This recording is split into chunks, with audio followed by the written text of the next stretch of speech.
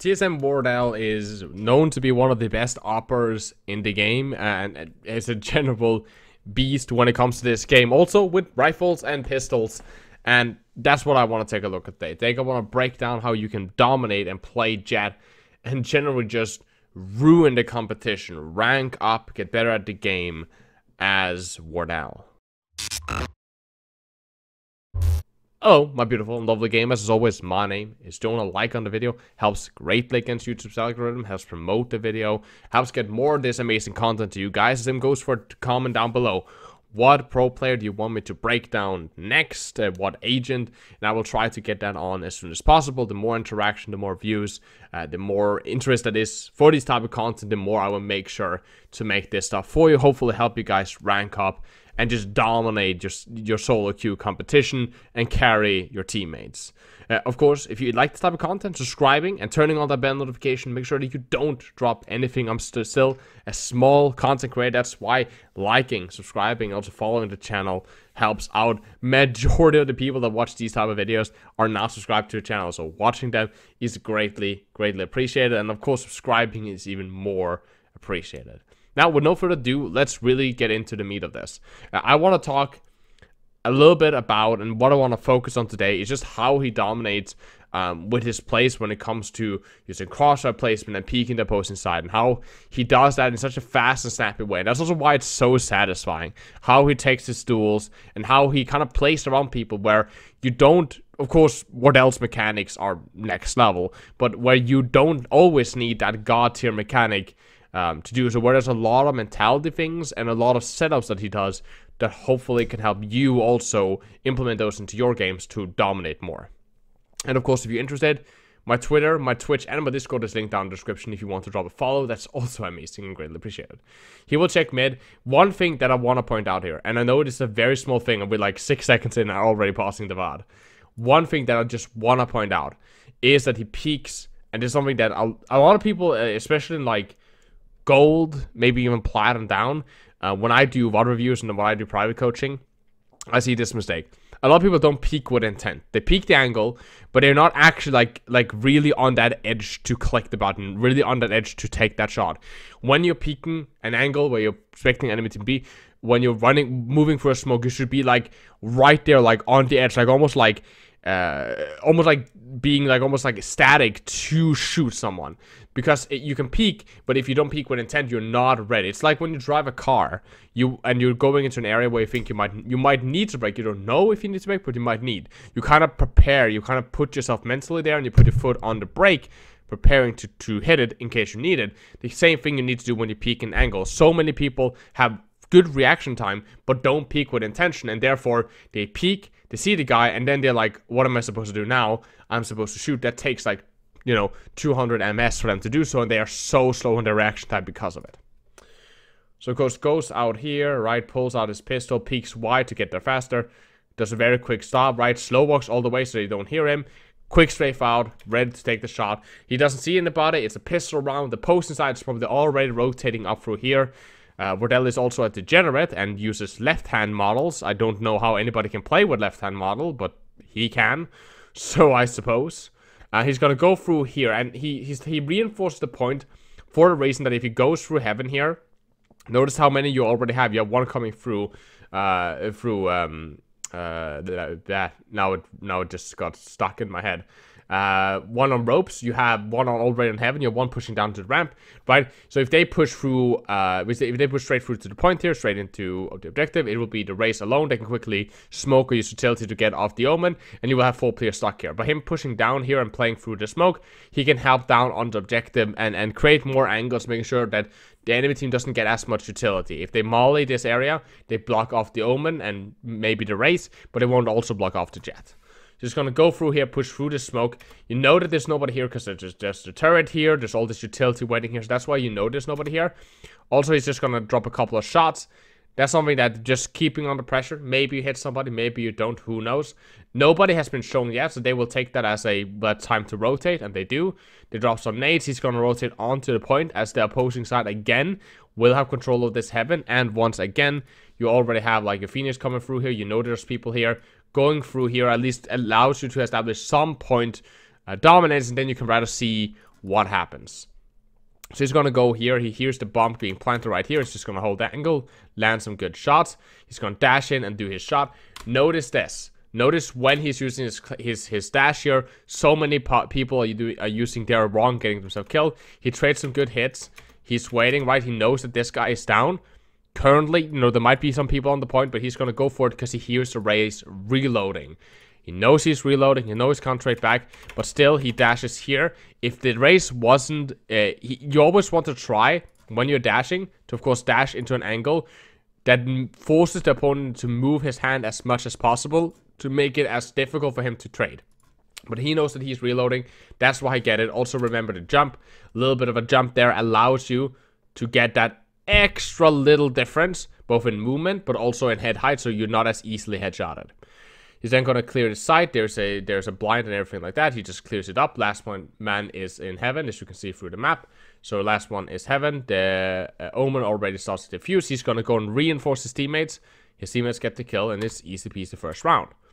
Now, won the first round, what do you do? Well, normally you would buy. You notice, however, that Wardell doesn't. Wardell will stay with his pistol and just buy some armor. Meanwhile, his team will invest in SMGs.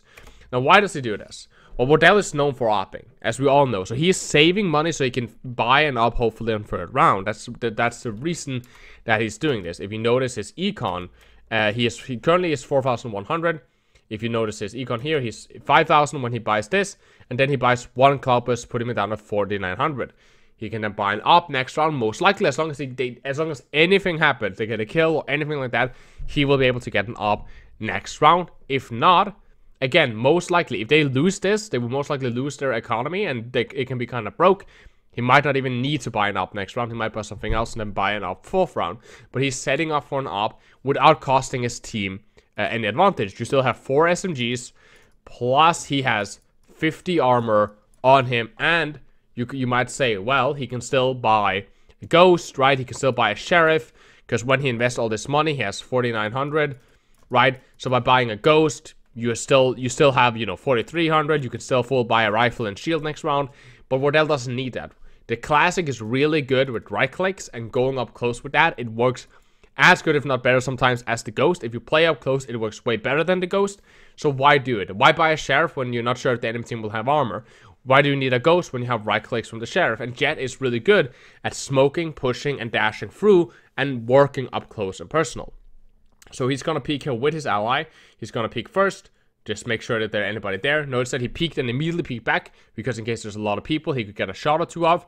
But it's mainly for intel. Also, it's really safe to do this as a Jett because you have your dasher who can move away. He's going to rotate fast through here. There's no need to push through main. This is faster and safer, so you don't get shot in case somebody was camping mid for some reason. The opposing side gets a plant off. You know there's somebody on side. Wardell's going to come out here, clean the corner. He's going to swing fast, got a right click off. He sees somebody far back here, get some free shots, and clear the thing. Now, he didn't take any damage here. He's 2 points away from his dagger. You might think that this might be the time to buy an op. For Wardell, it isn't. Wardell won't buy an op. And as I said, that he has an op. He will sell this op and he will buy a rifle instead. Again, why does he do this? Notice his team economy. These guys are, a lot of them are just buying SMGs, they're using Spectres and so on.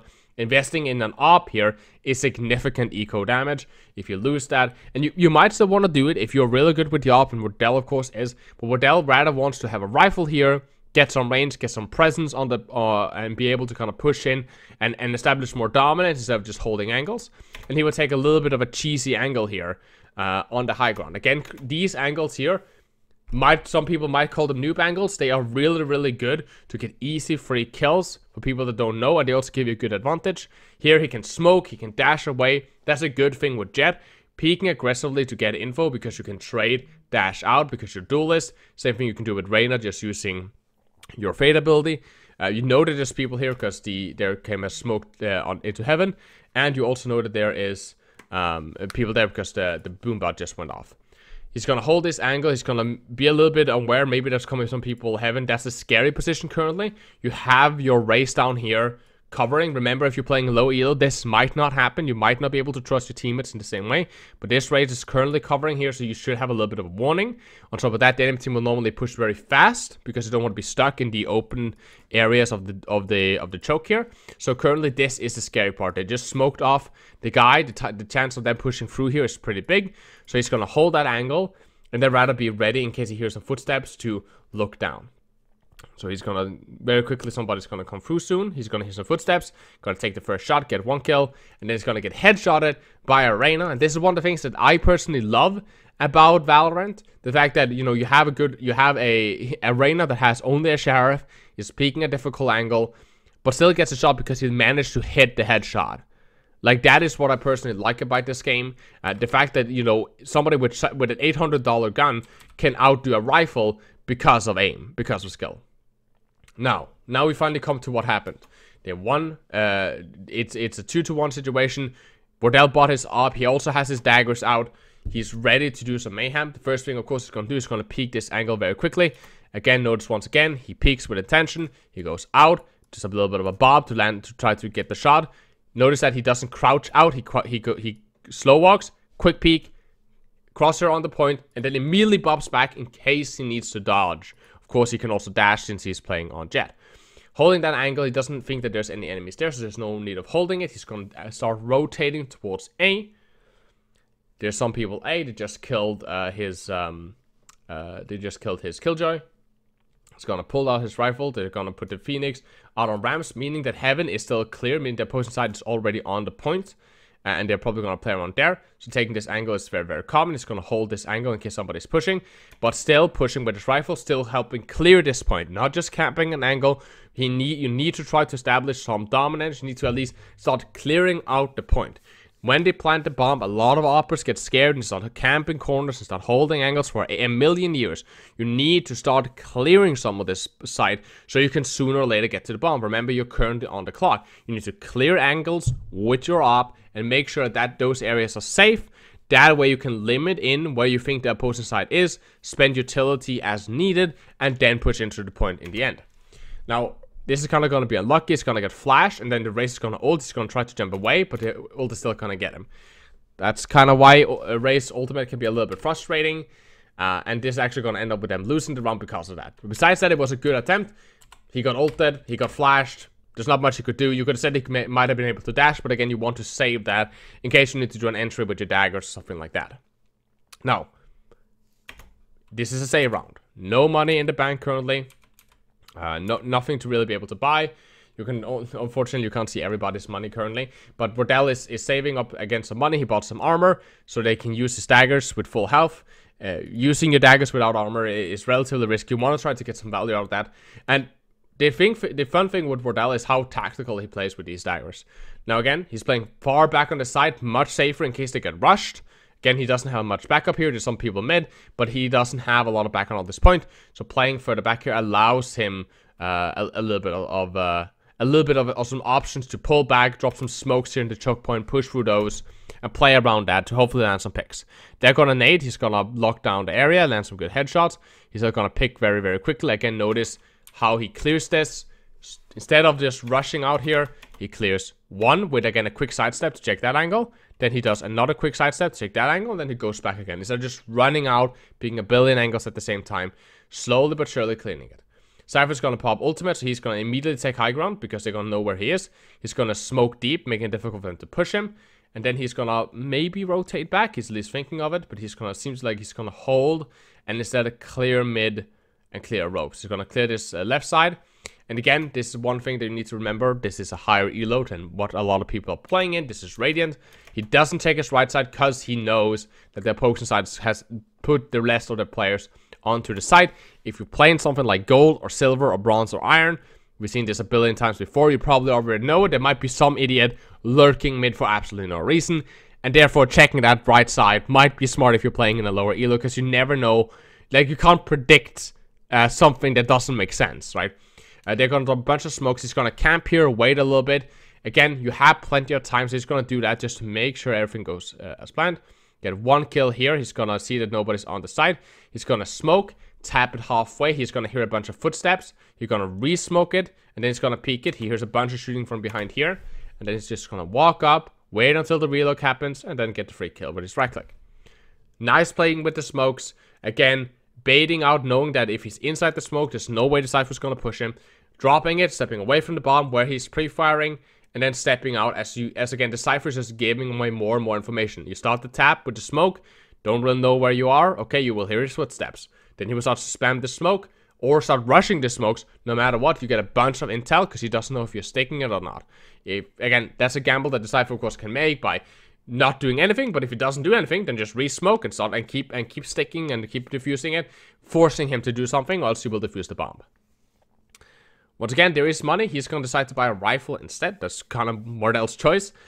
Again, peek a little bit here, play far back. Again, once again, if you'll notice where his team is. And this is going to be an amazing play, and I want you guys to pay attention for this one. He's going to do some amazing stuff here. Notice his team. Again, they are establishing a lot of control here on the mid. Again, he is very alone, so pushing far up here can be very scary. If you have a player up here able to help, then this is much safer. Or if you really want to cheese, you can do this. But besides that, playing further back here is a much safer position. Also allows you a little bit faster rotations. So that's just nice.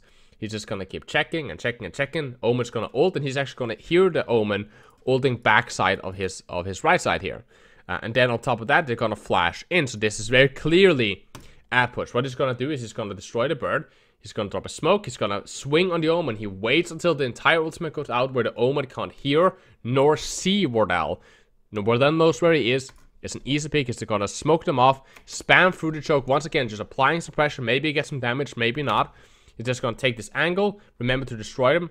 He's gonna, once again, not panic. He's gonna make sure that he's nice and aggressive. He knows they're pushing. When they are pushing through the choke here, especially with smokes up, that's when they're the most vulnerable. They will have to run out through the map here. They don't know if there's people in front of them, top right here, over here, if there's people top here on heaven. They have no clue where the opposing side is. So that's what you want to abuse. He's going to destroy the one coming for him, and then he's going to swing and peek this in case somebody comes, and he's going to wait out the last one just to make sure that when this thing, when he absolutely has to, he's going to destroy it, but he's trying to look for a pick instead, trying to stop this push from happening. He's going to have to do it. They're going to drop some Reyna smokes. He's going to hide, and then he's just going to clean up the rest of them. And just to play this back in full speed, notice how clean this is. He's constantly just peeking a little bit, jiggle peeking it, not camping it, jiggle peeking it.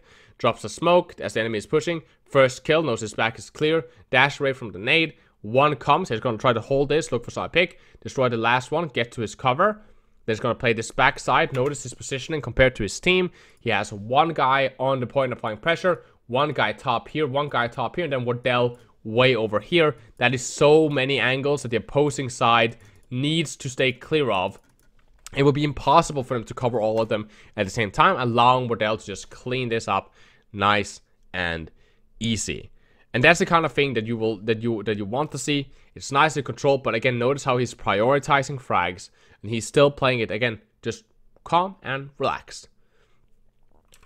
Come back in here, keeping his gun, keeping majority of his stuff. Why not? He's gonna continue to play B. It seems to be working well for him and his team. Pull out the gun, still do his normal clears, hold that for a little bit of a second, constantly keep moving. There's going to be happening a push onto A, so he's going to start his rotation. He lost a player mid, so he's immediately going to not rotate and take heaven instead, and start guarding. And to him, then this happens. And this is like what I'm talking about when I'm talking about out-dueling somebody. Now, of course, if they headshot you across the map, not much you can do about it. But notice how how the Reyna is put in a really bad spot, and how Wardell abuses this. He's going to peek here. He's going to see Reyna. He's going to do a little bit of a trade, and then he's immediately going to unpeek. He does one quick burst, does some trading, and then immediately unpeaks. He still knows what Reyna is. Where's Reyna? Reyna's still here. He still knows that, so he can just pre-aim it and peek again. Reyna does not know where Wardell is and how, well, she knows where Wardell is, but doesn't know when Wardell is going to peek. But Wardell knows she's just out there. No cover, open and exposed. So he's going to do one, hide, and then one again, and then finish her off. She is put in a really bad spot where Reyna has to react to Wardell's first peek, then he hides, and then she needs to react to his second peek again, where Wardell just knows where she is. He peeks with intent, shoots her, unpeeks, knows where she is, and peeks with intent again, and just takes her out. It's nice, it's really clean, and again, she didn't even get a single shot after it because she's put under so much stress, and she doesn't know when exactly speaking. Now he's gonna drop a bunch of smokes as he's getting pushed, smoking through the choke point, smoking through heaven. He's actually gonna fuck that up pretty bad and smoke the corner instead of the choke point, but whatever. He's gonna start up establishing some presence on the point once again, hoping that his Omen will establish some presence until he can do something here. That way they know that there's gonna be a bunch of people heaven, so he's just gonna establish that. He's gonna camp here, make sure they can't move through market. So he's just gonna hold this, wait for something to happen. Again, opposing side seem to already have rotated, so he's therefore gonna also rotate with them. Now they're gonna kill their Phoenix. Last player is over here on A. He's just gonna rotate with his team, stack up, establish some point presence. You have one guy heaven. This should be pretty fucking easy. He tried to cross, free kill to the Omen. Pretty standard stuff. Wardell keeps holding his rifle. And again, Wardell is an amazing rifler. Even though he's known for the op, he's just an amazing rifler. Now he's gonna smoke out here very deep. Once again, that forces the opposing side not to push. If they don't know if he's in there, if he's in alley, if he's pushed through, they're absolutely close. It's very scary for them to move now, so it slows him down so that he can focus somewhere else. Now it seems like they're still gonna burn a bunch of utility, try to push their way through, right? They're burning all kinds of utility to try to clear him off here in case he was there. He fall back to his defensive position. He's just checking if somebody's coming there, constantly strafing in and out and in and out, peeking them whenever. Again, that makes it difficult for them to just swing and immediately headshot him as he's constantly moving in and out. Instead of holding the angle and just camping it for a long time, makes it very, very easy for you to get headshot as you're just a very static target. Gonna hold heaven here, lock a very tight angle, makes it difficult for them to push. He has no clue where they are, how deep they're gone, so he's gonna hold this angle instead in case they will come. Again, it's a much safer way of approaching this situation instead of holding out here, where they could have peeked them here and here at the same time, and he would kind of have to like alternate between that. Here, if they peek him from this side, he will hear them drop first. So this is kind of like the only option that's available for him to do. He's gonna peek again, do his rotation over to A. As always, it seems like the enemy team likes to apply a little bit of pressure and then just play A. His Omen gets 2 kills, and then there's only a Reyna left. It's a 2v2. He's gonna play with his ally, try to use his ally. The Reyna seems to have ulted away, and she has her ult up, which is very, very scary. He's just gonna try to boycott her from going there. Again, this is just holding an angle, waiting to see a play, not rushing after her. She knows where he is. She's gonna drop a plant. She planted on the left side over here. He's gonna camp this angle in case you want to push out.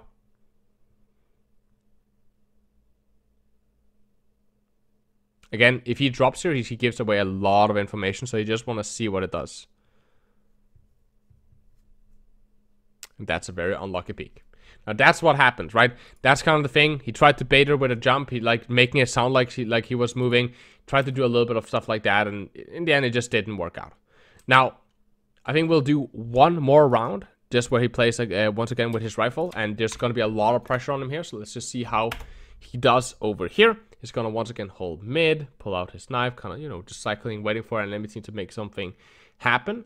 They're going to pop a Reyna ult, and they're going to blind the entire area off. His Raze does a good job applying pressure with her nade, and once again, in case they have pushed all the way through, Wardell sprays this right side in case they have pushed all the way into heaven already.